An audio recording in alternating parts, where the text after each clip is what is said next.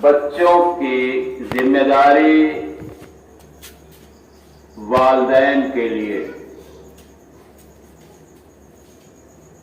یعنی اگر کسی کے ماں باپ دونوں یا دونوں میں سے کوئی ایک باحیات ہیں، زندہ ہیں، تو بچوں کے اوپر پوری ذمہ داری آتی ہے کہ ان کی ہر طرح سے خدمت اور دیکھ بھال کریں، چاہے وہ کھانے پینے کا معاملہ ہو، دوا دارو کا معاملہ ہو، اچھے اخلاق سے پیش ہونے کا معاملہ ہو، یا دنیاوی کسی بھی طرح کی ضرورت پیش آتی ہو، تو بچوں کو ماں باپ کے سامنے سر جھکائے رکھنا چاہیے۔ ہاں، اگر وہ شریعت کے خلاف کوئی کام کہتے ہیں، کوئی عمل کرنے کو کہتے ہیں جس سے شریعت روکتی ہے، مثال کے طور پر کہ تم ہمارا یہ کام کر دو، ابھی نماز پڑھنے مت جاؤ، نماز سے زیادہ ضروری ہمارا حکم ہے، تو وہاں آپ کو اگر واقعی ایسی کوئی ضرورت نہیں ہے، دوا کی ضرورت ہے، بہت زیادہ طبیعت خراب ہے، تو اس وقت آپ نماز کو منتقل کر کے ترک کر کے بعد میں پڑھ لیجئے گا، اپنے والدین کے علاج کے بارے میں سوچیں۔ اگر کسی کے والدین غیر مسلم ہوں تب بھی یہ ذمہ داری ان پر آتی ہے۔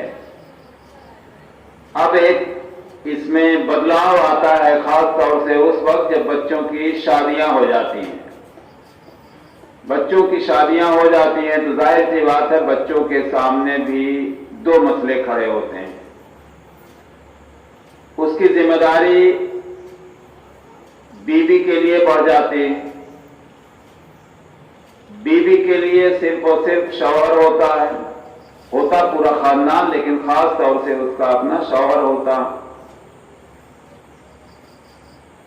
تو شوہر کی ذمہ داری ہے کہ وہ بیوی کی ہر طرح سے دیکھ بھال کرے، ہر ضرورت پوری کرے، خوش مزاجی، خوش اخلاق کے ساتھ پیش آئے، لیکن ساتھ ساتھ والدین کا بھی اسی طرح سے خیال رکھے۔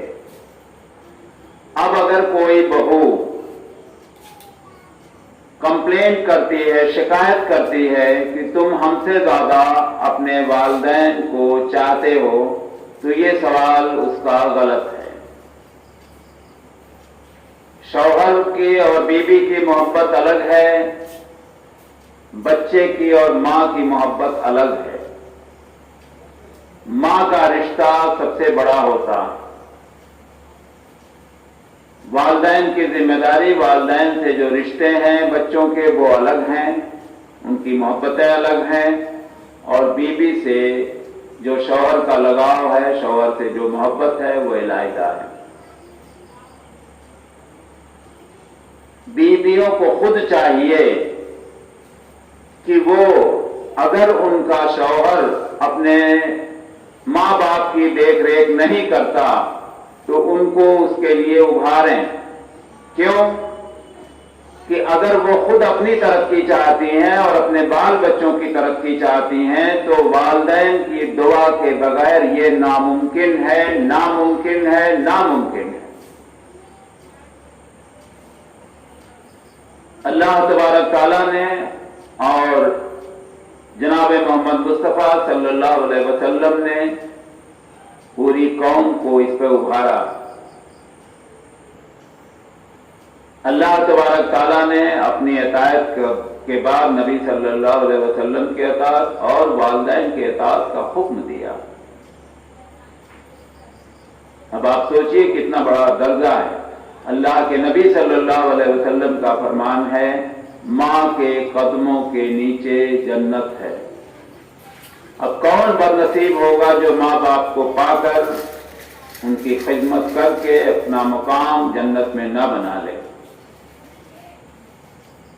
لہذا خاص طور سے وہ بہویں جو باہر سے آتی ہیں، اگر ان کے شوہر